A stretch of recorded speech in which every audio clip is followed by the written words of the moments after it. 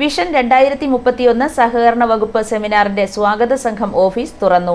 Ettumanoor private bus സ്റ്റാൻഡിൽ നഗരസഭാ ഓഫീസിന് സമീപമുള്ള ബിൽഡിംഗിൽ സ്വാഗത സംഘം ചെയർമാൻ സർക്കാർ chief whip doctor N Jayaraj ഉദ്ഘാടനം ചെയ്തു.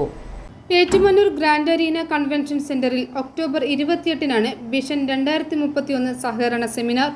സംസ്ഥാനത്തിന്റെ വിവിധ ഭാഗങ്ങളിൽ നിന്നായി 2000 പേർ സെമിനാറിൽ പങ്കെടുക്കും. കേരള സംസ്ഥാനം രൂപീകൃതമായി 75 വർഷം 2031 പൂർത്തിയാകുന്നതിന്റെ പശ്ചാത്തലത്തിൽ കഴിഞ്ഞ കാലങ്ങളിൽ കൈവരിച്ച നേട്ടങ്ങൾ വിലയിരുത്തി ഭാവി വികസനം ആസൂത്രണം ചെയ്യുക എന്ന ലക്ഷ്യത്തോടെയാണ് വിവിധ മേഖലകളിലായി 33 വകുപ്പുകളുടെ നേതൃത്വത്തിൽ സംസ്ഥാനതല സെമിനാറുകൾ സംഘടിപ്പിക്കുന്നത്. സർക്കാർ chief whip doctor N Jayaraj ഉദ്ഘാടനം ചെയ്തു.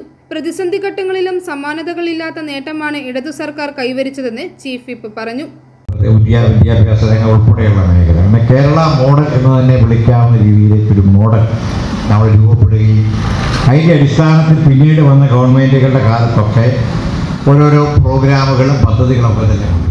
ഇപ്പോൾ പുതിയ വെല്ലുവിളികൾ ഇന്നത്തെ കാലഘട്ടം നമുക്ക് കുറെ കൂടെ പ്രത്യേകിച്ച് ഈ ആഗോളവൽക്കരണത്തിൻ്റെയും അത്തരം കമ്പോളവൽക്കരണത്തിൻ്റെയൊക്കെ സാഹചര്യങ്ങൾ നേരത്തെ ഉണ്ടായ സാഹചര്യങ്ങൾ നേരെ വ്യത്യസ്തമായി നമ്മുടെ ആവശ്യകതകളും നമ്മുടെ പ്രതിസന്ധികളും നമ്മൾ നേരിടുന്ന വെല്ലുവിളികളും വ്യത്യസ്തമായി മാറിക്കൊണ്ടിരിക്കുന്നതാണ്.